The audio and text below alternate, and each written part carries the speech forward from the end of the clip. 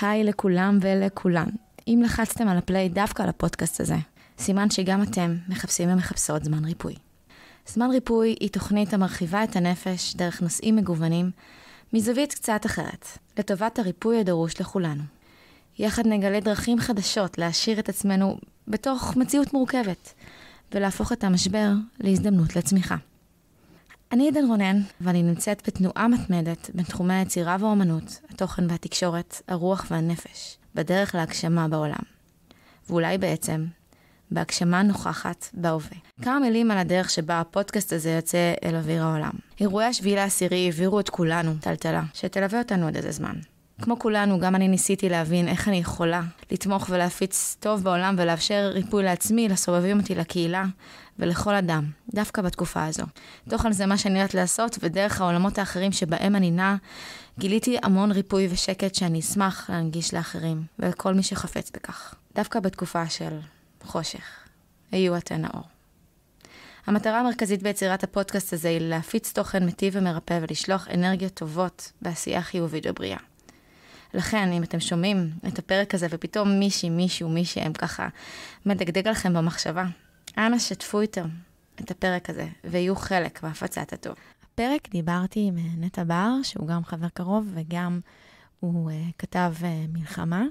זה פרק מאוד מיוחד, דיברנו בו על שיטה של 5 שלבים, של איך להתמודד עם אירועים לא פשוטים שעוברים עלינו, ובעיקר מול חשיפה לתקשורת, וזה מעניין, כי זה מזווית של מישהו שבעצם עושה כל הזמן בתקשורת, כי זאת העבודה שלו.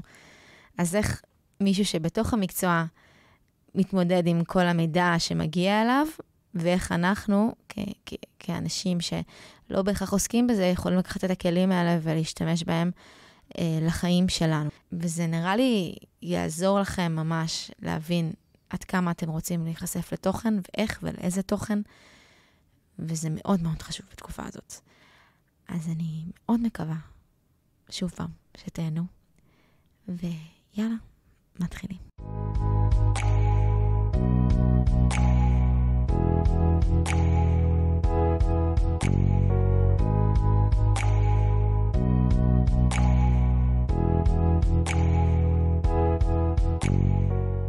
היי לכולם ולכולן. היום אני מארחת את נטע בר. נטע הוא כתב ועורך חדשות חוץ בישראל היום. כתב אזורי סכסוך ומלחמה, חובב היסטוריה, יין, אוכל טוב ורעש של ארטילריה. היי נטע בר. שלום. שלום, שלום. מה נשמע? את יודעת, במסגרת האפשר, הכל בסדר. אני רוצה רגע להגיד משהו על הפרק הזה שנורא התלבטנו בקשר אליו. בסוף נטע, מה שהוא עושה בחיים זה לספר לנו סיפורים שחלקם קצת כואבים. ונורא טעינו איך לתווך את הפודקאסט הזה בצורה שהוא באמת יעניק כלים, ודווקא יאפשר לנו להתמודד עם כל המציאות הזאת, שאנחנו גם חווים אותה מן הסתם במדיה, ובתקשורת, ובכל מה שסובב אותנו כל הזמן. כן, בעצם ההבנה הראשונה שלי, כשככה התחלנו לדבר על זה, הייתה שבעוד שאת מביאה הרבה מאוד אנשים שמגיעים מתחומים שונים של ריפוי, של התעסקות בנפש, של גדילה וצמיחה, התחום שלי הוא בעצם קצת תחום שיש בו אלמנט מאוד ברור של פגיעה עצמית. כלומר, להגיע למקומות הכי מסוכנים בעולם, ולהביא מהם סיפורים, זה משהו שהוא חשוב, אבל אי אפשר להגיד עליו שהוא בריא, או שהוא מרפא או מתקן, אבל כתוצאה ממנו, מה שקורה בעצם זה שאתה חייב ללמוד לרפא ולתקן את עצמך, או להפוך לאדם אטום לגמרי, כמו כמה קולגות שיש לי בתחום. זה תחום באמת מאוד מאוד קשה, והבחירה לעסוק בו בכלל, זו שאלה בכלל, מה גורם לבן אדם לבוא ולבחור בעיסוק הזה, איזה פצע הוא מנסה, זה קצת לחבור בתוך פצע, אולי דווקא כדי לנסות כן לרפא אותו. אולי, אני לא יודעת. כי אני יודעת, זה אנשים מאוד מסוימים, שיש סיבה שהם דווקא ניגשים לדבר הזה. כן, המטפל שלי כל הזמן טוען שבעצם יש פה איזשהו משהו עמוק יותר, איזשהו מין רצון להיות סוג של בעצם אולי אפילו לוחם, או מין מישהו כזה מגן על העולם, והוא לא מסוגל לעשות את זה בכוח הפיזי שלו, אז הוא עושה את זה במילים, הוא הולך הוא מספר את הסיפורים של האנשים שאולי לא יכולים לספר את הסיפור של עצמם.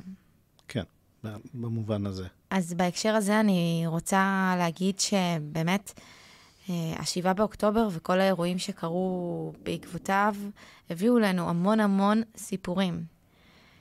ויש איזה מקום שאני שואלת, האם אנחנו בכלל יכולים להכיל את כל הסיפורים האלה? כי מצד אחד, ובתור מי שמתעסקת בתקשורת, חייבים לספר את הסיפורים האלה, גם כולם מרגישים את זה. הייתה גם איזה מין הרגשה אחרי 7 באוקטובר, שחייבים עכשיו לספר את הסיפור כדי שכולם ידעו, ואף אחד לא יפסס את זה בעולם, ושזה לא יהיה משהו כי עברנו פה איזושהי זוועה, אז מצד אחד היה נורא חשוב לספר. מצד שני, כבר בשבוע הראשון הייתה דילמה של, אוקיי, מה משתפים? מה לא לגיטימי לשתף? מה מזעזע מדי?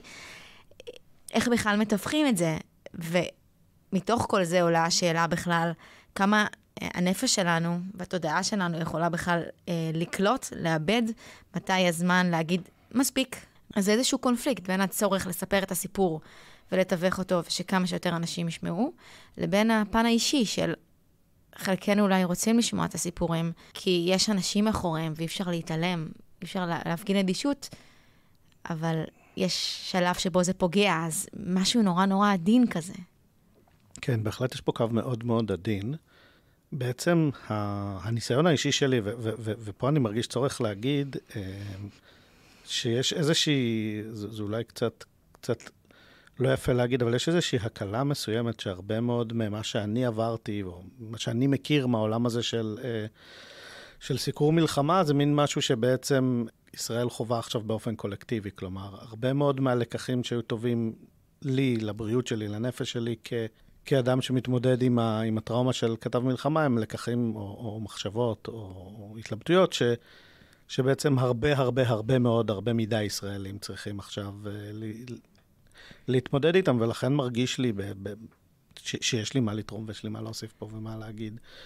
ואם להגיע לנושא הספציפי שדיברת עליו, שהוא בעצם החשיפה למדיה, אז אני חושב כשאני בא, בעצם כשבאתי לפרק כדי להבין איך אני יכול לעשות את הדבר הזה שאני עושה ולעשות אותו יותר טוב מבלי לפגוע בעצמי, הדבר הראשון אולי שהגעתי אליו הוא בעצם שאלת החשיפה. עד כמה אני מרשה לעצמי להיות חשוף, עד כמה אני מרשה לעצמי להיות בתוך הבליל הבלתי נגמר באמת של הסיפורים, של הטרגדיות, ואם אתה כתב בשטח, אז גם זה של מכרים ואנשים שבאים ומדברים איתך בעצם. כלומר, זה לא רק פסיבי, אלא גם ממש אקטיבי.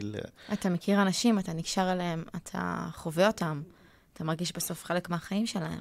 כן, כן, וגם בזה אתה צריך לדעת לשלוט ולמנן. אני רגע רוצה בכלל שאתה יודע, בסוף אנחנו מדברים על זה שאתה כתב מלחמה, אבל אנשים לא ממש מכירים את הסיפור שלך. אז רק כדי להבין בכלל איך 7 באוקטובר פגש אותך, ואיך בכלל סיגלת עצמך את הכלים, נראה לי שחשוב שרגע נכיר אותך ונבין בכלל איזה דברים יצא לך לסקר, ובעקבות זה איך התגלגלת לשיטה הזאת שאנחנו בעצם רוצים לדבר עליה. אני אספר שבשנתיים האחרונות בעצם עיקר התעסוקה המקצועית שלי היה סביב הסיפור של אוקראינה. הייתי באוקראינה 7 פעמים. בשנתיים האחרונות. זאת אומרת, מלפני שהתחילה המלחמה באוקראינה, ועד... כן, כן. מה שקרה בעצם, אני לא עלה עם כל סיפורי המלחמה והמורקים, כי זה לא הנושא. נכון, בדיוק. ניסינו נורא להבין איך לתווך את הנושא הזה, בלי לדבר על כל הדברים הפחות נעימים, כדי לא לתרגר אף אחד. אז זה קצת כזה לנסות לעקוף את הפיל בלי שהוא... כן, לערוך את השולחן סביב הפיל שנמצא בחדר. כן. בכל מקרה, מה שקרה בעצם זה שהמלחמה באוקראינה, אני אוהב להגיד שהיא התחילה לי על הראש. כלומר, זה היה מין חוויה כזאת שהשמיים נופלים, שהדבר הכי גרוע שחשבת שיכול לקרות, קורה, ואתה צריך להתמודד איתו. וכמובן שזה היה שבר מאוד מאוד קשה עבורי. לא לגמרי הצלחתי להכיל ולהקיף את כל הסיפור, והיה תהליך מאוד מאוד ארוך, קודם כל של התאוששות. אז חלק מתהליך הזה של הפקת לקחים, שאחר כך היה בעצם מין לפתח דרך לשרוד את המצב הזה שהשמיים נופלים לך על הראש, ואני חושב שזה מאוד מאוד רלוונטי ונכון לדבר על זה בהקשר של מה שקורה עכשיו, ואני יכול להגיד את זה כי גם את זה עשיתי, כלומר, מה שקרה הוא שבעצם ב7 באוקטובר, נקראתי על ידי העורך חדשות שלנו להגיע למערכת, ותוך כדי שאני נוסע, הייתי בצפון, ותוך כדי שאני נוסע כבר מתבררים בהדרגה פרטי ממדי האסון. וברור לחלוטין שאם יש כתב מלחמה או מישהו שמנוסה בסיפור הזה, אז היעד הוא לא המערכת, אלא העוטף. והייתה לי בעוטף הזדמנות לנסות ליישם את כל מה שבעצם אמרתי לעצמי שאני צריך לעשות פעם הבאה שמשהו כזה קורה. כלומר, היה לך אפשרות ליישם את כל עיבוד החוויה שלך, עיבוד בעין, מאוקראינה, בעצם את כל התהליך שעברת שם. ועכשיו, מצד אחד אתה רוצה לעשות את התפקיד שלך. אתה כתב מלחמה, זה מה שאתה גם אוהב לעשות. מצד שני, צריך להבין איך לעשות את זה בלי לפגוע עוד פעם בנפש. ובלי, באמת, בסוף זה כן איפשהו פצע פתוח. זה תמיד יהיה פצע פתוח, השאלה אם זה פצע שאפשר לחיות איתו, או שזה פצע כי אף אחד לא מכשיר אותך לזה. יש חשיבות בסוף מאוד מאוד גדולה, כן בלספר את הסיפורים האלו. וגם בלשמוע ולהכיר, ולא להרגיש שאתה מנותק או מנוכר ממה שקורה, כי גם זו תחושה איומה. אז לכן כן חשוב להבין איך פשוט להיות מחוברים בדרך שלנו, וגם בסוף, אני אומרת משהו, התקשורת, ונטע הוא חלק ממנה, אבל שגם התקשורת יש לה איזשהו אינטרס, כן לדחוף לנו את זה, כי בסוף זה העבודה. מזה אנחנו חיים. בדיוק, אבל אנחנו צריכים בסוף כן לבחור מה אנחנו כן ומה אנחנו לא, וכמה, ולא להיות שאנחנו נשלוט בזה, ולא שזה ישלוט בנו. אני אציג את השיטה, זה בעצם שיטה ששרבטתי באוטובוס בדרך בהונגריה, בדרך מהגבול עם אוקראינה לבודפסט. זה היה מאוד מאוד ראשוני אז, מאז זה קצת התפתח, אבל הרעיון היה בערך ככה, העיקרון הראשון הוא בעצם מינון וסינון של תוכן ומידע. אוקיי, אז עיקרון אחד, מינון וסינון. כן. זה גם חרוז, זה קליט. מינון וסינון. זה חמוד, כן. זה בעצם אומר, ופיתחתי את זה כשחזרתי, והרגשתי את הדיכאון המאוד מאוד קשה הזה, שבעצם הלב שלי נשאר באזור מלחמה, הנפש שלי נשארה באזור מלחמה, ואני במדינה שלא נמצאת במלחמה, או לפחות לא באותו אופן, וצריך איכשהו להמשיך עם השגרת יום, גם לעבוד, וגם להמשיך גם להתעסק במלחמה, כי זו העבודה שלי. מה שבעצם הבנתי זה שאני חייב לצרוך באמת את המינימום ההכרחי של תוכן, ולצרוך אותו בזמן שאני צריך לצרוך אותו, ולא כל היום מסביב לשעון. והיום יש לנו את הכלים ואת האפשרויות כל הזמן לצרוך תוכן, וזה מאוד מאוד חשוב שנדע איך לעבוד עם זה. אני גיליתי שמאוד מאוד עוזר לי, למשל, לא לישון עם הטלפון. לשים אותו בחדר ליד, שאם קורה משהו ומתקשרים אליי, אני עדיין נשמע אותו, אבל להיות רחוק ממנו, כי אחרת...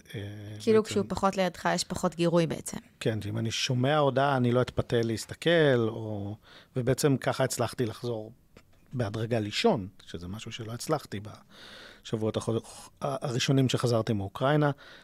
איך הצלחת, זה קצת מעניין, איך הצלחת לעשות את זה בתור מי שבסוף עובד בזה? כי אני חושבת שזה יותר אתגר. אולי זה פשוט ייתן איזשהו... יגרום לאנשים להבין שאפשר באמת להתנתק מזה, כשבוחרים וכששמים את הגבולות. כי כשאתה עושה רשימה ומבין מה חשוב לך, נניח, בת הזוג חשובה לך, חברים חשובים לך, ואז אתה מבין שבזמן שאתה מגדיר לעצמך שאתה איתם, אתה לא יכול להיות כל הזמן בטלפון. אז כשאני נפגש עם חברים, הייתי שם את הטלפון בתיק, למשל. זה מעלה לי משהו, זה מעלה לי נקודה שהיא... אמרת הזמן שלך עם חברים, או עם בת הזוג זה כאילו חשוב, ואז אתה בעצם מנתק. מה שקורה עכשיו, מאז 7 באוקטובר, זה שלא משנה לאן אתה הולך, כולם מדברים על המלחמה. כאילו גם בין החברים, אני חושבת שבגלל שזה בבית, זה בדיוק החלק מההבדל, שגם אם אתה בוחר לנתק, אנשים בחוץ לא מנתקים. לא, ממש לא. ואני אתמול ישבתי עם אמא שלי, וכולם מסביבנו דיברו על המלחמה. אז פה עולה הנקודה של איך אפשר לנתק, כאילו ברמה ששקלתי להגיד להם, סליחה, זה קצת לא נעים לי, זה קצת מתרגר אותי, אפשר שתדברו על זה פה, או שאפשר שתהיו כאילו זה גם בקשה שהיא מוזרה, אז אני לא יודעת איך להתייחס. כן, זה מאוד מאוד קשה. כשחזרתי מאוקראינה, באמת היה לי את היתרון שהמלחמה קרתה איפשהו אחר, ושרק אני בתוך זה, וכל הסביבה מתנהגת רגיל, אבל באמת, כשהכל כל כך מסביב למלחמה, אז קצת יותר קשה, אבל אם למשל עם חברים, אז תמיד אפשר לנסות להסיט את השיחה למקומות אחרים. אפשר לבחור את המקום ואת החברה, אפשר לזוז טיפה הצידה אם את בטבע, או אם אפשר, לא תמיד אפשר. כן. אבל צריך לקבל החלטה מודעת, כן. שעכשיו אני נמנע, אחר כך אני אתחבר לזה, אני אכנס לאתרים ואני אקרא, אבל עכשיו אני נמנע. עכשיו אני במצב של הימנעות, וזה בסדר וזה לגיטימי. יש לי איזושהי הצעה שעכשיו עלתה לי לראש, שנגיד נפגשים כמה חברים, וזה מחליטים שעכשיו, לצורך העניין, רבע שעה מדברים על המלחמה, ואחר כך, ברגע שיש את הטיימר של הזה, מפסיקים לדבר על זה. עכשיו, יכול להיות שזה יעלה בהמשך השיחה. צריך חברים ממושמעים יחסית. לא, זה טבעי שזה יעלה, אבל רגע, כהגדרה שנייה, להגדיר, רגע, יש לנו עכשיו איזשהו זמן לדבר על זה אולי, ואז אולי יש סיכוי שזה פחות יעלה אחר כך, כי כבר הצפנו את מיצוי, כן. אני לא יודעת. זה הגיע למיצוי. זה יכול לעבוד בנסיבות מסוימות, כן, גם אפשר להגיד בואו לא נדבר על זה, בואו תסתכל על דברים אחרים. כן, אמרתי, אתה מכיר, ראיתי איזה ריל לאחרונה, ממש ממש מצחיק, שהם מראים סיטואציה של מה קורה כשאתה יושב עם חברים ובוחר לא לדבר על מלחמה, ואז כזה רואים את כולם כזה שותקים כזה, ומגלגלים עיניים וכזה, כל אחד כזה, פשוט לא, ואז הם פשוט לא מדברים. יש קריקטורה עתיקה צרפתית מתקופת משפט דרייפוס, שנפגשת משפחה גדולה, צרפתית מכובדת כזאת, כולם מחייכים, נחמדים, יושבים לשולחן, והאבא עולה ופורס את ידיו כזה, ואומר להם, בואו לא נדבר על הפרשה, כי זו הייתה פרשה שפילגה פוליטית את צרפת וקראה אותה לחתיכות. וכולם מחייכים בקריקטורה הראשונה. פרשת דרייפוס. כן.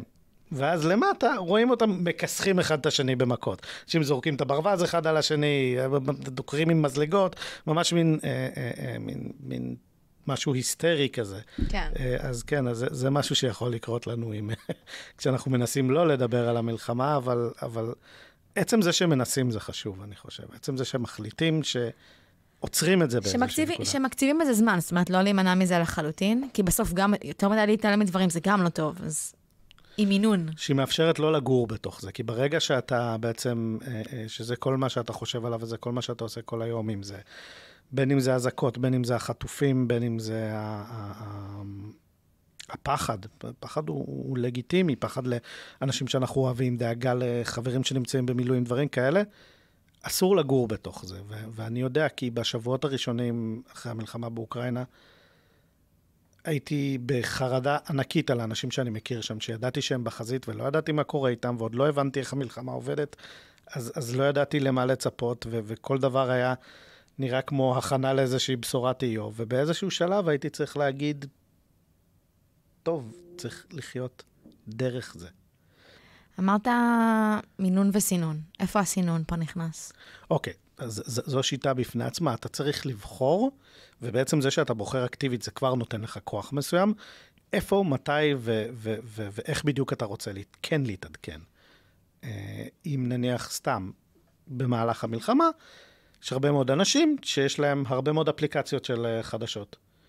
אז לגיטימי ונכון להחליט שאני מוריד חלק מהן, במיוחד כאלה שהפושים שלהם דחופים מדי, או הפושים שלהם צהובים וסנסציוניים מדי. ולהגיד, לא נגיד שמות. לא נדפוק את המתחרים ככה. אתה יודע שאין לי פושים, אז שאני לא עובד בתקשורת. אגב, גם זו שיטה, להוריד את הודעות הפוש לגמרי, זה לחלוטין.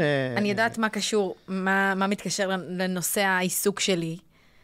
בזה אני מתעדכנת, ובכל השאר, אני לא.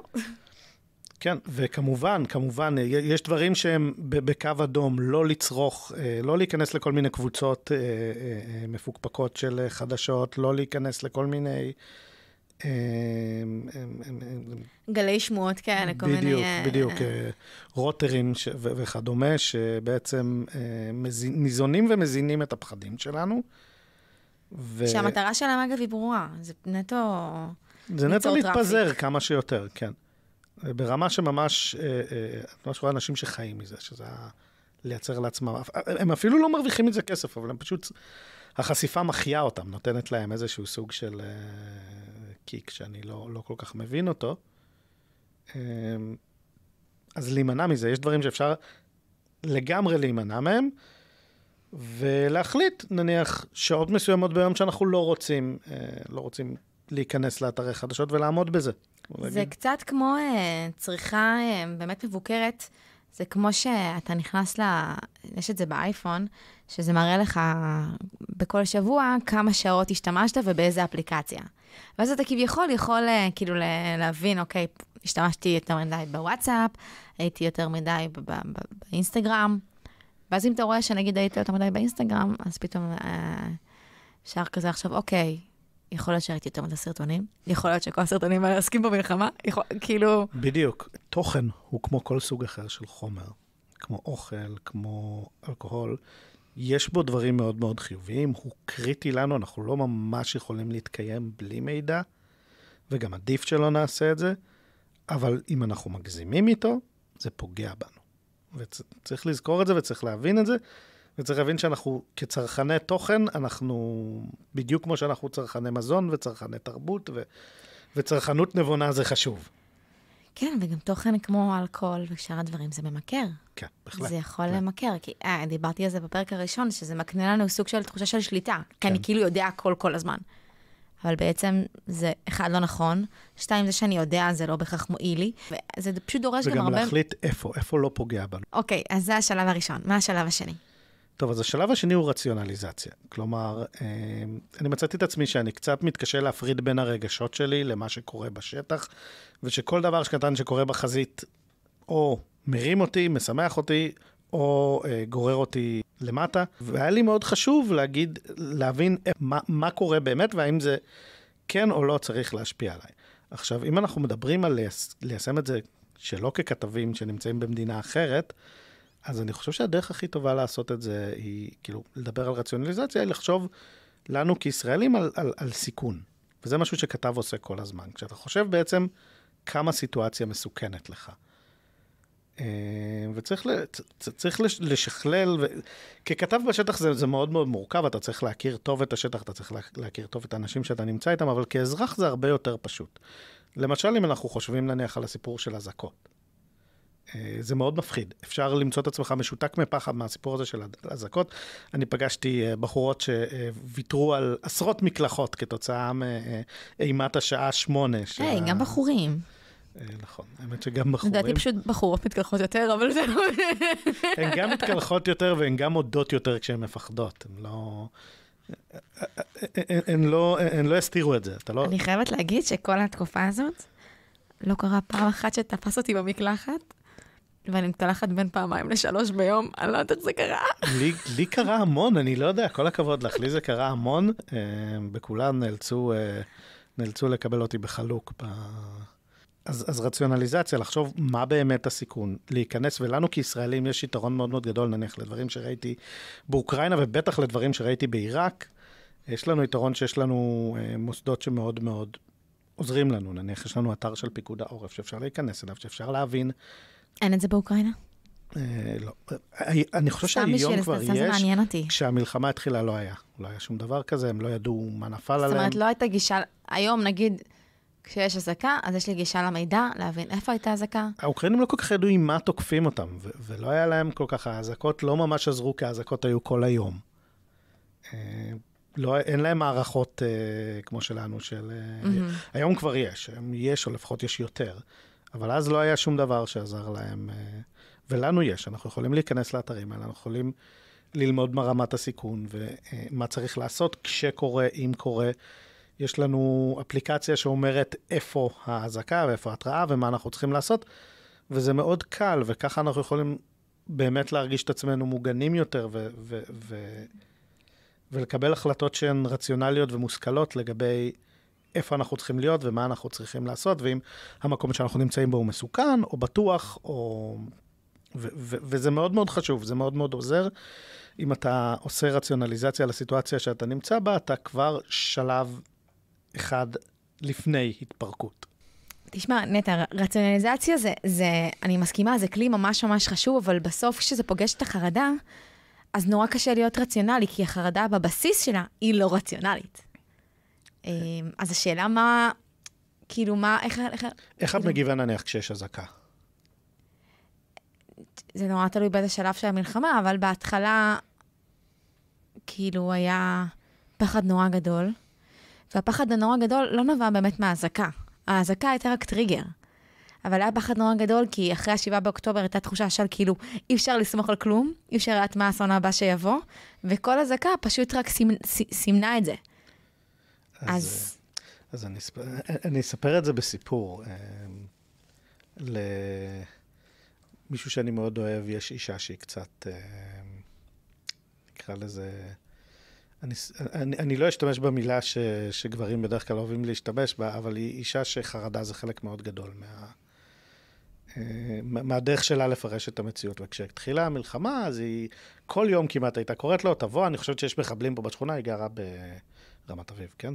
אני חושבת שיש פה מחבלים בשכונה, אז זה נראה לי חשוד, זה נראה לי חשוד, ואז באיזשהו שלב הוא פשוט הלך וישב איתה ואמר לה, תשמעי, אנחנו חייבים, יש לנו ילדים. אנחנו חייבים שאת תהיי מסוגלת, גם כשאת בחרדה, להבדיל בין מצב של סיכון חיים אמיתי, למצב שבו אין סיכון כזה. כן. וקודם כל זה מאוד מאוד חשוב. גם כשאנחנו חשים חרדה, לדעת מתי אנחנו בסיכון ואנחנו צריכים למגן ולהגן על עצמנו, זה מאוד מאוד חשוב. נכון, אבל ברגע שיש חרדה מאוד, מאוד חזקה, אני בטוחה שאתה גם מכיר את התחושה הזאת. אז יש הרגשה שזה פשוט משתלט עליך, ואתה כבר לא יודע להבחין, וזה בדיוק זה הלב של הדבר. אתה כבר לא יודע להבחין בין הדבר שקונקרטי עכשיו הוא מסוכן, והאם הוא קיים או לא, לבין החרדה עצמה, שהיא לא תמיד על בסיס המציאות, אפילו לרוב. כאילו יש לזה איזשהו משהו במציאות, אבל בסוף זה חרדה מהעתיד לבוא, זה לא פחד קונקרטי. זה נכון, חרדה זה איזשהו בעצם מנגנון שלנו, שמכניס אותנו, ורציונליזציה לא תמיד תעזור, זו האמת,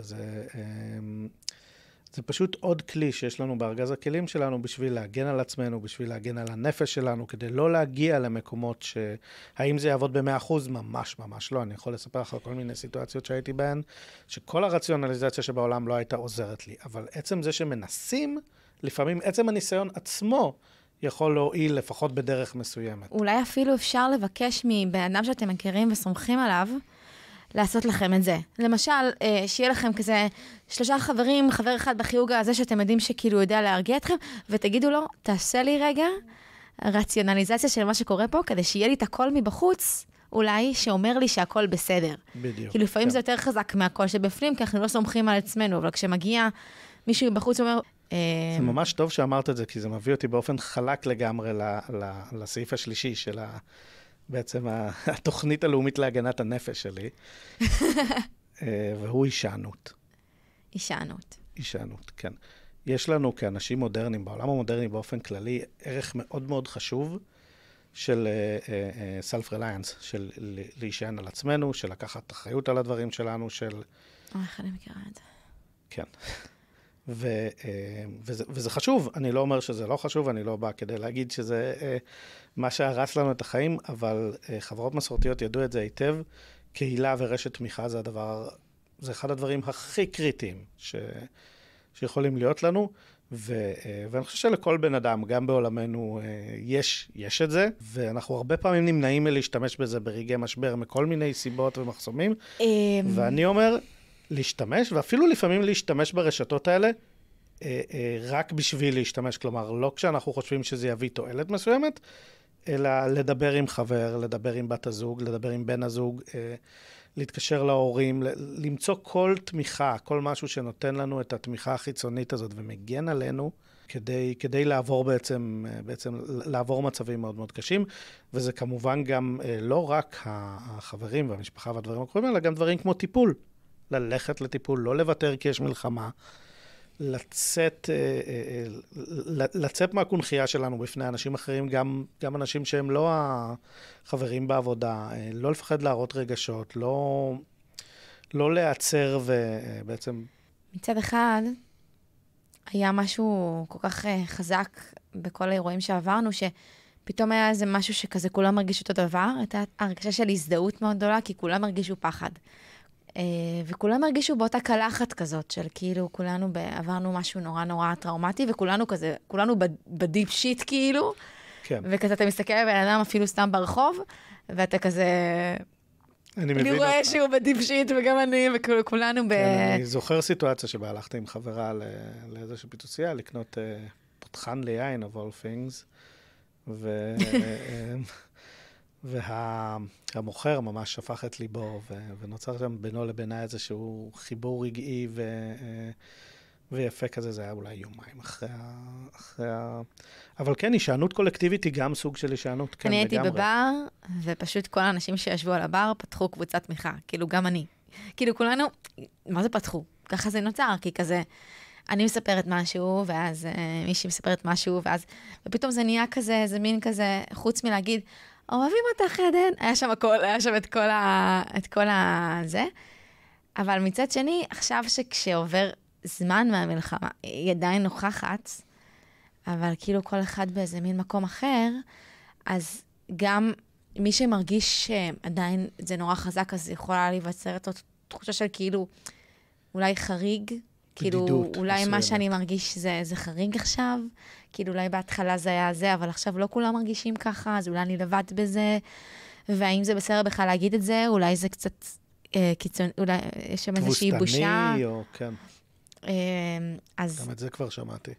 אז זהו, אז פה נראה לי מתחילה יותר הבעיה, נראה לי שבהתחלה היה איזושהי רשת שכולם הרגישו פחות או יותר אותו הדבר, כי זה היה משהו נורא חזק, ועכשיו כל אחד טיפה במקום אחר, ופתאום אנשים שהם טיפה מרגישים שהם יותר במקום חלש במרכאות, אני לא אוהבת להגיד את זה, אבל במקום שהם צריכים יותר זה, אז יש שם איזושהי הרגשה שאולי של בושה. כן, וחייבים להתגבר על זה, חייבים למצוא את הדרך להישען, למצוא את הדרך לדבר, למצוא את הדרך שישמעו אותך, וגם להיעזר ברמה מסוימת, כלומר, לתת לאנשים לעזור, לתת להם לעשות דברים בשבילך, שזה נשמע נורא בנאלי, אבל זה ממש לא, זה לא קל וזה לא אינטואיטיבי לנו בשום צורה. אנחנו מאוד מאוד גאים בעצמאות שלנו, ומאוד מאוד קל לנו להרחיק אנשים אחרים כשהם רוצים לעזור. ואגב, הישענות זה לא רק, בסופו של דבר זה לא רק, וזה אומנם הסעיף האחרון, אבל אני אזכיר שהישענות זה גם להיות משענת. כלומר, ובסיטואציה קולקטיבית כזאת, כמו שכולנו עוברים עכשיו, אז גם להיות משענת מאוד מאוד מרפא. ואני אגיע לזה קצת אחר כך, אבל... זה יפה שאתה מעלה את זה, כי הרבה מאוד אנשים אחרי 7 באוקטובר כזה טסו לחול, כי הם הרגישו שהם חייבים רגע אוויר מכל מה שקורה פה, אבל אז בחול הם הרגישו בודדים, ושאין להם את המקרה הזה בפיצוצייה, או בבר, או ברחוב, שאתה מסתכל על מישהו וכולנו עברו אותו דבר, ואפילו במקרים אחרים, ההפך, חווים איזשהו פחד להסתובב בחוץ. אני לא יכול להסביר לך כמה לבד הרגשתי כשחזרתי מאוקראינה לפה, אחרי בעצם שבוע שהייתי עם עם שעבר עליו את אחד הדברים הכי גרועים, שעכשיו אנחנו אולי קצת מכירים יותר, אבל אחד הדברים באמת הכי גרועים של תחושה של תבוסה, של אובדן זהות, עצמאות, חשש אמיתי ממוות, ובעצם להגיע למקום שבו החיים נמשכים כרגיל, שכולם בסדר, שאף אחד לא ממש... שזה היה פה, נכון. כן, שזה היה הבית, וזה עוד יותר משחק עם מצד שני, בית זה מקום בטוח, אז יכולת גם להרגיש פה, אתה יודע שתמיד יש לך את המקום הבטוח. כן, הבטיחות זה הדבר הראשון שמרגישים, וזה באמת יש בזה הקלה מסוימת, אבל התחושה של להיות לבד עם התחושות האלה ואני מבין ישראלים שנסעו לחול, שהרי כולם אומרים, מה אתם מתבחיינים, אתם בחול, אבל לא, את ההרגשה הזאת של לבד, שהלב שלך הוא במקום אחר, וקורים במקום הזה דברים, היא הרגשה נוראית. והיעדר הקולקטיב, והיעדר הרשת תמיכה הזאת, שאנחנו חלק ממנה, שאנחנו נתמכים ותומכים, היא קשה מאוד, ואני מבין אנשים שזה היה להם מאוד קשה, במיוחד בשבועות הראשונים שלנו. אני חושבת שה7 באוקטובר רק המחיש עד כמה אנחנו כן אנשים, עד כמה אנחנו כן קהילה, גם אם אנחנו לא מרגישים את זה, אולי זה היה צריך אירוע כזה קיצוני, כדי לחוות את זה, אבל אני חושבת שאחרי הדבר הזה באמת הרגשתי שבסוף כאילו אני מסתכלת על בן אדם, ואנחנו אותו דבר. באיזשהו מקום. אנחנו תלויים אחד בשני. אנחנו חווים, אמנם לא בדיוק את אותה חוויה, אבל פחות או יותר יש לנו את אותם רגשות שעוברים בנו במהלך היום.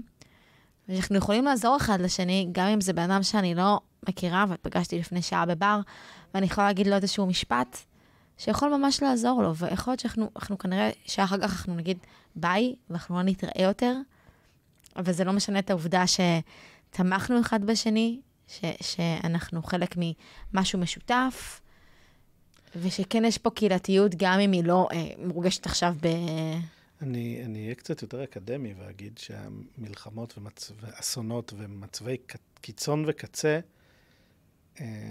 הם הרגעים שבהם אנחנו מרגישים את המשמעות הגדולה ביותר של הקהילות שאנחנו חיים בהן, ובין אם זה מדינה או עם או שכונה או בניין מגורים, וראיתי את זה לא רק בישראל, כלומר אנחנו מכירים את זה מהחוויה שלנו בישראל, אבל אני יכול להגיד שאני חושב שהאוקראינים גילו את עצמם מחדש כעם, כאנשים, כחברה, כתוצאה מהמלחמה, וזה כמובן לא טוב שהמלחמה קרתה, אבל במובן הזה זה היה לידה מחדש, אני ראיתי מול העיניים שלי, לידה מחדש של אומה, כלומר... כי אנשים היו חייבים להישען? כן, כי לא הייתה להם ברירה אלא להישען, והם פתאום גילו אחד את השני, והם גם הרבה מאוד חומות שהם בנו אחד מול השני, בגלל שפה, בגלל מעמדות, פתאום קרסו, ופתאום הייתה להם איזושהי מבט לשכנים שלהם,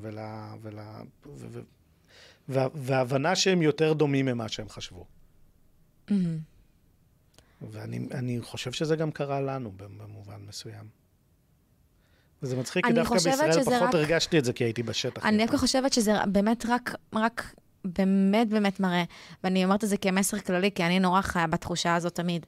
אנחנו נורא מנסים תמיד למצוא מה שונה בינינו, במה אנחנו לא דומים, תמיד מחפשים את ההגדרות, את ההוא ככה, והיא ככה, אבל בסוף רק עכשיו אנחנו מבינים כאילו כמה זה לא באמת משנה, וכמה אנחנו כן תלויים, וכמה אנחנו כן קשורים אחד בשני, כי כשלמישהו קורה משהו ב-40 קילומטר ממני, זה עדיין משפיע עליי.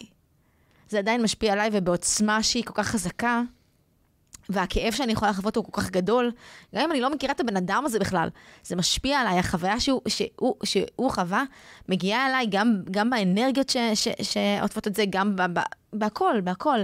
ואני אהיה מושפעת מזה כך או כך, ונראה לי שזה פשוט מסר שחשוב שנבין, כי ככל שנפיץ דברים טובים, הם יגיעו גם לאנשים שאנחנו לא מכירים, וככל שנפיץ את ההגדרות הלא, באמת, לא בא לי לקלל, אבל הבנתם? אז אנחנו רק נעשה לעצמנו רע, לא לבן אדם האחר, אנחנו נעשה לעצמנו רע. אני ארשה לעצמי להיות פה קצת פרקליטו של השטן, במובן הזה, כי באמת מה שאמרת מאוד מרגש, והוא גם מאוד נכון, אבל מרגיש לי כשמדברים המון על אחדות, ומדברים על... לא דיברתי במובן של אחדות בכלל. אז באיזה מובן? במובן שאני מדברת אפילו עולמית. אנחנו כולנו קהילה אחת. משהו שקורה בצד אחר של העולם משפיע גם עליי. זה מעבר אתה יודע, עם ישראל, נהיה מאוחדים, לא אני לא מזלזלת בזה. אני חושבת שזה פשוט תפיסה של העולם בכלל, מה אני נותן לעולם ומה הוא מעניק לי בחזרה, ואם אני רק עליו, אז הוא רק עליי בחזרה, ואם משהו קורה בקצה השני של העולם והוא לא מעניין אותי, הוא בסוף יגיע אליי. זו תפיסה ממש כאילו אחרת, והיא קשורה ברור כמובן למה שקורה במדינה, אבל זו תפיסה שלי בכללי אותנו, כאילו, את האנושות, איך שהאנושות מתייחסת לדברים אחרים שקיימים בעולם, זה לא ממש לא שייך רק למדינת ישראל או אני פשוט חושב שהרבה פעמים להסתכל דווקא, כלומר, להסתכל על השונות, יש בה משהו, כשאנחנו מדברים הרבה מאוד על אחדות, וזה מה שזה הדליק אצלי, שאנחנו אומרים שכולנו אותו דבר, וזה קצת מטשטש באיזשהו מקום את וברגעים של אני מבין את זה ברגעים של משבר, אבל גם, טוב, הנקודה קצת התמסמסה פה, אבל... בעיניי זה לא אומר שאין שונות, יש מלא שונות. פשוט... השאלה זה איך אנחנו מתייחסים אחד לשני בתוך הדבר הזה. זה מה שאני באתי להגיד. אני ממש לא באה להגיד שכל האנשים הם אותו דבר. אני לא רוצה שכל האנשים יהיו אותו דבר, זה משעמם. באמת, זה משעמם למות, כאילו. אני רוצה שתמיד תבין שאתה חלק ממשהו יותר גדול, זה לא רק אתה בעולם. אתה לא נפרד מהעולם. כל פעולה שאתה עושה, משפיעה על כולנו, לטובה או לרעה. כאילו כל המרקם האנושי שאתה חי בו, הוא מושפע מאיך שאתה פועל בעולם. וגם אתה מושפע, ואתה מושפע גם מאיך שמישהו אחר פועל בעולם. זה טענה נורא נורא כאילו רחבה כזאת. זה מאוד גדול, מרגיש לי שאפשר להקדיש פודקאסט שלם רק לטענה הזאת, ותפיסת העולם שעומדת מאחוריה. זה טעם מסתיעה מהנושא, זה פשוט, שם זה שלח אותי, להישען הזה.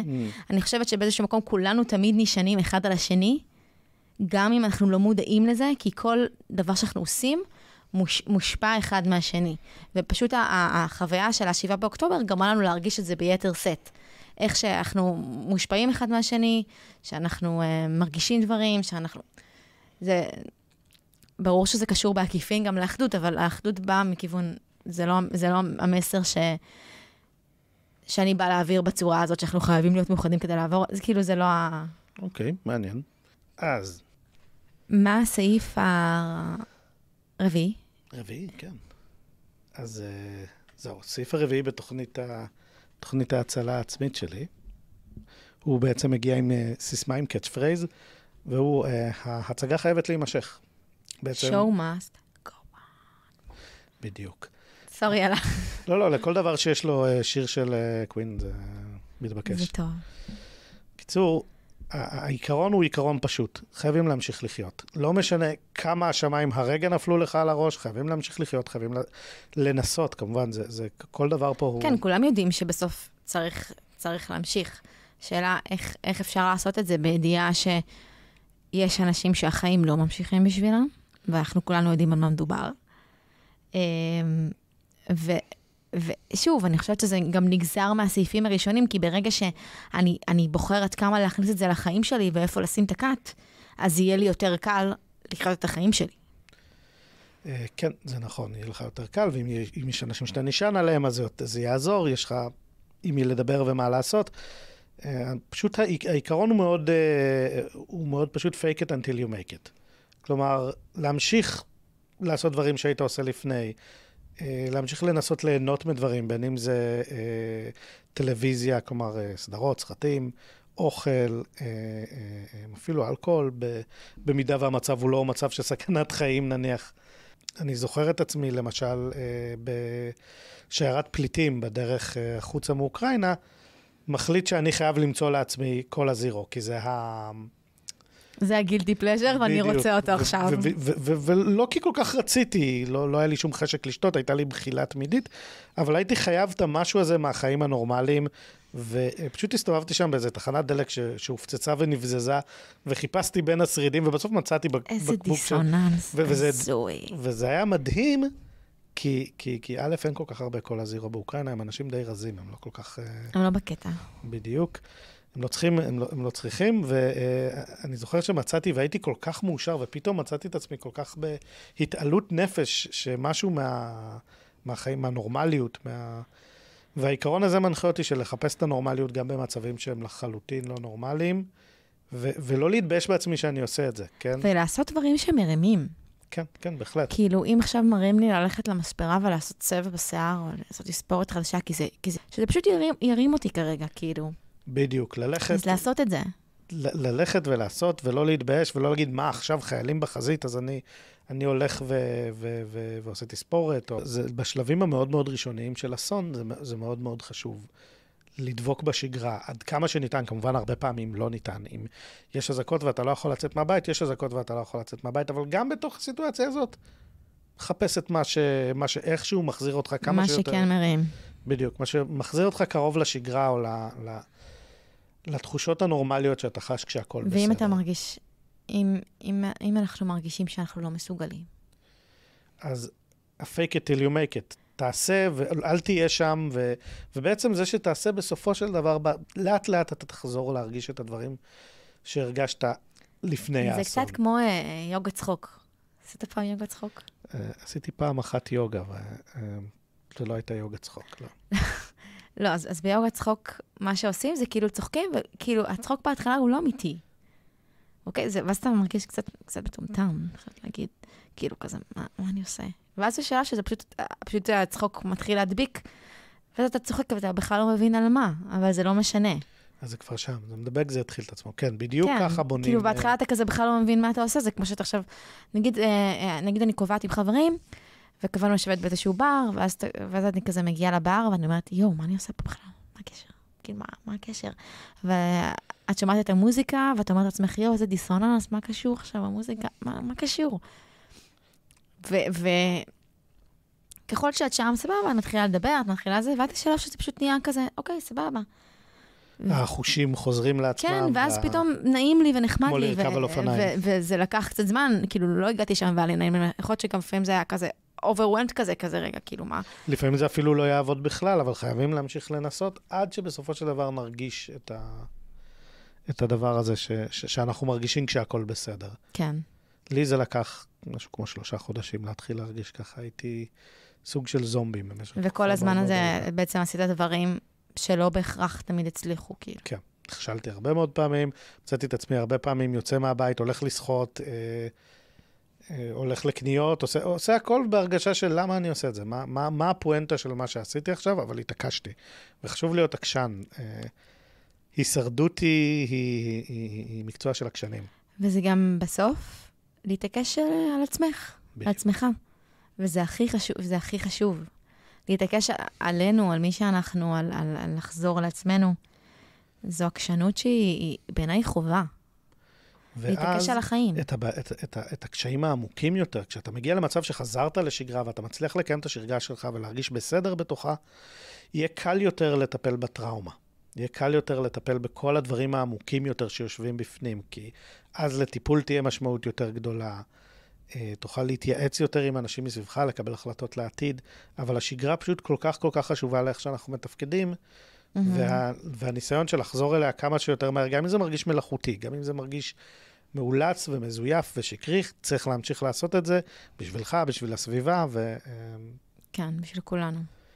מה השלב החמישי? השלב האחרון, החמישי, הוא כמובן, הוא לא רק לעצמך, אבל בסופו של דבר הוא הכי לעצמך שיש, וזה להיות פרואקטיבי, לעזור לאנשים אחרים, לעשות טוב. עשיית טוב. אמרת שאתה לא מבין את מה שאמרתי בסעיף 3, וזה חלק בלתי נפרד מזה, שכולנו משהו אחד, וכשאני עושה משהו, אני מטיב עם עצמי. זה חלק מהדבר הזה ממש. כי יש לזה, המשמעות הפסיכולוגית של זה היא מאוד ברורה ומאוד פשוטה. נכון. כשאתה עושה טוב, אתה תופס את עצמך כטוב, וכשאתה תופס את עצמך כטוב, יותר קל לך. יותר קל לך, אתה שלם יותר, אתה במקום שיותר מוכן לקבל עזרה, אתה במקום שיותר מרגיש הצדקה. לא סתם ראינו אנשים כזה כבר ב7 באוקטובר מנסים לעשות הכל כדי... ב8 באוקטובר בבוקר אני הייתי בסדרות, תחנת המשטרה של סדרות עדיין בערה, ובצומת כניסה היה שם מישהו שהתחיל להקים דוכן של שניצלים שהוא מקים לחיילים. הוא הגיע להתנדב כשעוד יש מחבלים בשטח. זה היה כל כך בלתי נתפס בעיניי, אבל באותו רגע אני כל כך הבנתי אותו, כי הבנתי למה הוא צריך להיות שם, למה הוא לא יכול להישאר בבית ולצפות בחדשות.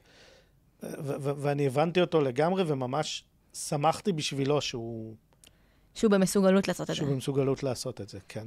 אז צאו להתנדב, לא משנה עם אנשים, בעלי חיים, כל דבר,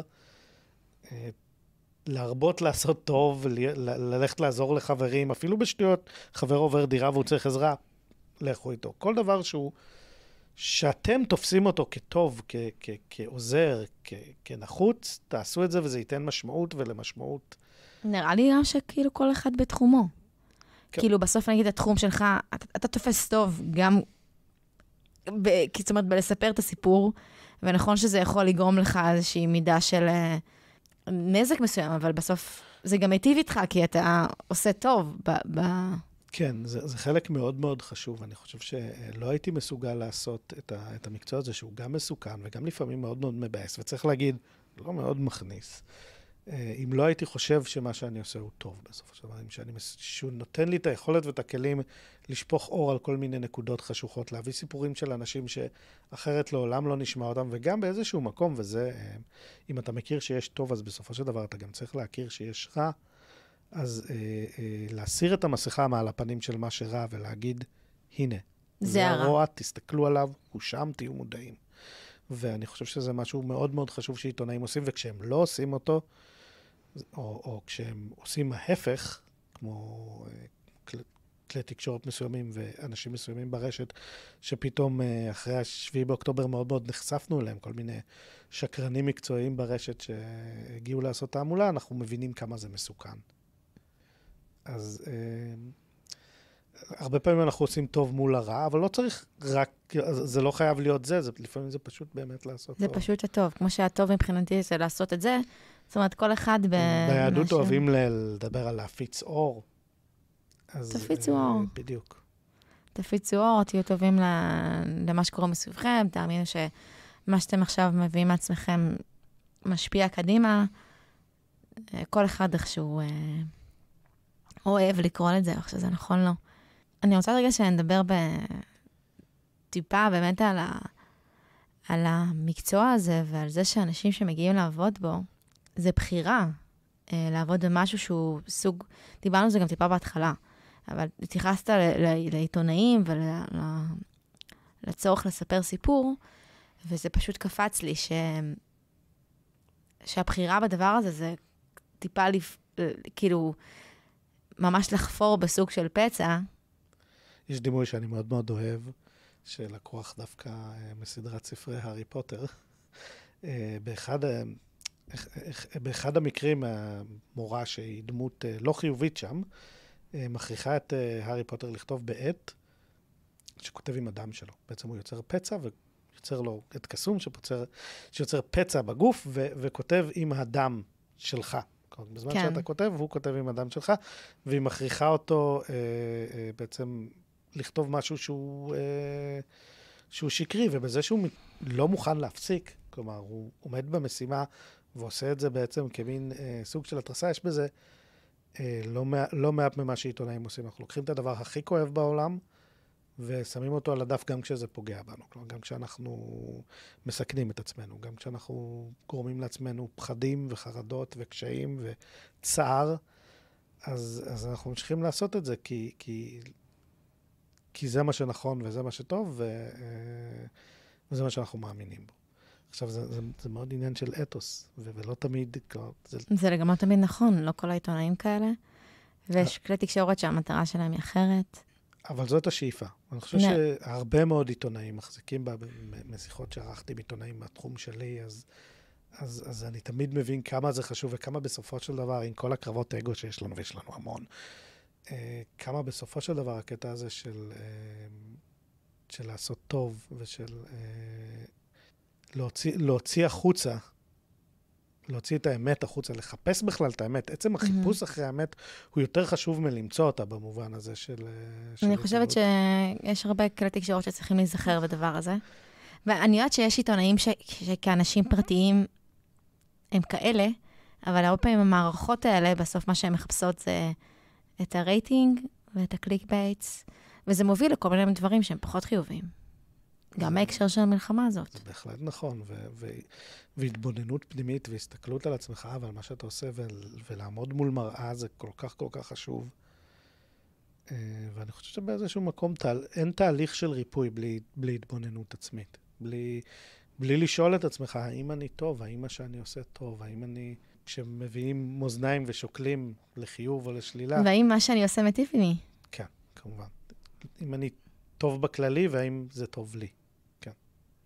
ואם אתה לוקח את המאזניים, אז מה ששלח אותי זה, נגיד, נכון, סיפרתי עכשיו איזשהו סיפור שהיה לי קשה לספר, זה גרם לי לאיזשהו פצע, זה טיפה עולה, אבל רגע, אבל הרבה אנשים שמעו את זה, וזה גרם להם לחשוב XYZ, כאילו, והעליתי סיפרתי סיפור של בן אדם שהיה חשוב שהוא יהיה מסופר, אז פתאום זה עולה, ואולי התועלת עולה על החיסרון. כן, בהחלט. בסופו של דבר, זו התחושה שלי שאני מרגיש בר מזל, בסופו של דבר שיצא לי לעשות את כל הדברים שאני עושה. הייתי שמח לחיות בעולם טוב יותר, שבו כל הדברים האלה לא היו נחוצים, כלומר שלא היו מלחמות, ושלא היה סבל, ושלא היה צריך לחשוף אותו, אבל זה העולם שאנחנו חיים בו. וצריך לעשות איתו את המיטב. בסוף העבודה של כל אחד מאיתנו זה להחליט עד כמה הוא נחשף, שזה מה שגם דיברנו בהתחלה, לא להיחשף למה שלא מטיב ממך כבר. ואפשר גם להבין באמצע שזה כבר לא מטיב. זאת אומרת, זה בסדר לתוך העניין שנטע יפרסם כתבה, ושלא תיכנסו. לגמרי. זה כאילו, הם לא צריך להיות ערים. בסוף, עיתונאים עושים את העבודה שלהם, הם פה כדי לספר את הסיפור, חשוב שהוא יסופר, לא כולם צריכים להקשיב לסיפור. לא כולם ולא כל הזמן. וכל אחד ברמתו, יש אנשים שזה עושה להם, כאילו, זה ממש צריך להכיר את עצמך, להתבונן פנימה, כמו שאמרת, ולהבין מה נעים לי עכשיו, ומה לא, זה נראה לי שזה המסר העיקרי, וזה לא רק כלפי חדשות, זה כלפי כל התוכן שמקיף אותנו, כי אנחנו עמוסים בתוכן כל הזמן. המאה ה-21 הביאה איתה, צריך להגיד, בהקשר למה שאמרנו, גם להסתכל על סלברטאים שנוקטים בעמדות עם דעתם המלומדת כל היום, זה לא בריא בדיוק כמו נכון. להיות עם ערוץ 2 פתוח. לגמרי. אני רגע רוצה שנסכם. אז בעצם דיברנו על שיטה של 5 שלבים. ראשון הוא מינון וסינון, שני זה רציונליזציה. כן. שלישי, יש לנו את הישענות. רביעי, ההצגה חייבת להימשך, להמשיך לחיות בכל מחיר. והחמישי, לעשות טוב. אני חשוב לי רגע להגיד שכל התוכן שעולה פה, גם בפרק הזה, וגם בכללי, אבל חשוב לי להדגיש את זה על הפרק הזה ספציפית, זה לא חלופה לטיפול, והפרק הזה אומר לכם, לכו לטיפול. סעיף 3, הישענות, לכו לטיפול, גם מטפל ומשענת. אנחנו רק באים להציע דרך לגשת לזה, אבל בסוף כל אחד צריך לעבור את התהליך הפרטי שלו עם הדבר, ולאבד אותו בצורה מקצועית. אין תחליף לעבודה עצמית. אנחנו רק אנשים שבאים, כן, להפיץ טוב ולתת מהדברים שאנחנו חווינו, ושתבינו שאתם לא לבד בדבר הזה, אבל תפנו לגורם מקצועי. תודה רבה לנטע. ממש שמחתי להיות פה. ממש שמחתי שאתה פה. אני גם רוצה להגיד שהפרק הזה ככה, אני רוצה להגיד משהו קצת אישי. הפרק הזה, הוא היה אמור כאילו לא להיות מוקלט עכשיו, כי באמת עברתי שבוע מאוד מאוד קשה, ואני לא אלאה אתכם, אבל אפרופו הישענות, חשוב לי כן לחשוף את זה כדי ולא ידעתי אם אני בכלל רוצה להקליט פרק, איך אני אעשה את זה, וממש רק זה היה כזה, ממש משהו של הדקה ה-99, שאמרנו, יאללה, מקליטים, עושים את זה, ואני שמחה, כי זה בדיוק הדברים האלה שבאמת יוצרים אצלנו ריפוי. עברתי שבוע קשה, נכון? אבל אני כן מצליחה להנגיש תוכן, אני כן מצליחה לפעול בעולם, לחזור לשגרה, להישען, כאילו כל הסעיפים האלה שממש דיברנו, ברגע זה בעצם מה שאני שמתי, בעצם זה שבאתי להקליט פה את הפרק. מדהים. שזה באמת ממש זה, והיה לי חשוב לשתף, כי פתאום כזה קלטתי את זה. זהו, תודה רבה, ושיהיה לכם יום מקסים. ביי.